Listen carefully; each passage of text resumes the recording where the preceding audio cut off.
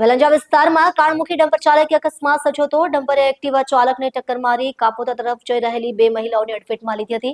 અકસ્માતમાં એક આધેડ મહિલાનું મોત નીપજ્યું. ઘટના વિશે જાણ થતાં પોલીસ સ્થળ પર પહોંચી અને તપાસ શરૂ કરી.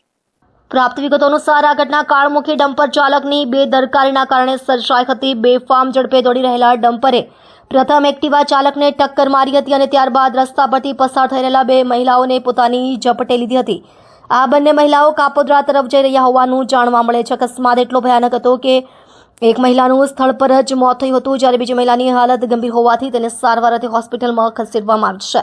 ઘટના બાદ ડમ્પર ચાલક વાહન છોડીને ફરાર થઈ ગયો હતો, જેણે સ્થાનિક લોકોમાં રોષનો માહોલ સર્જ્યો હતો. આ અકસ્માતની જાણ થતાં જ પોલીસની ટીમ તાત્કાલિક ઘટના સ્થળે દોડી હતી. પોલીસે મૃતદેહનો કબજો લઈને પોસ્ટમોર્ટમ માટે ખસેડ્યો હતો અને ઘાયલ મહિલાની હાલત વિશે માહિતી મેળવી હતી. ફરાર ડમ્પર ચાલક સામે ગુનો નોંધીને તેની શોધખોળ શરૂ કરી દેવામાં આવી છે. શહેરમાં સતત બનતા રહેલા આવા અકસ્માતો સામે સ્થાનિક રહેવાસીઓમાં ભારે રોષ જોવા મળી રહ્યો છે. તેમણે ડમ્પર અને ભારે વાહનોના ચાલકો સામે કડક કાર્યવાહી કરવાની અને આવા બેફામ વાહન ચાલકો પર લગામ લગાવવાની માંગ કરી છે. પોલીસે આ મામલે તપાસ હાથ ધરી છે અને જલ્દીથી જ આરોપીને પકડી લેવાની ખાતરી આપી છે. આપનું નામ શું ને શું ઘટના બની? મારું નામ અલ્પેશ સોજિત્રા છે.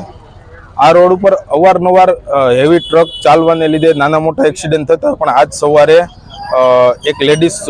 બે લેડીઝો ગલુડીથી દર્શન કરીને આવતા હતા અને ટ્રક ડ્રાઈવરે એને 70 થી 80 મીટર સુધી ખસેડ્યા છે અને જોટામાં આવી ગયા પાછળના વ્હીલમાં, અને આગળના વ્હીલમાં આવી ગયા હતા, ત્યાંથી પાછળના વ્હીલમાં ગયા બરાબર, અને ઘટના સ્થળે એનું મૃત્યુ થયું છે.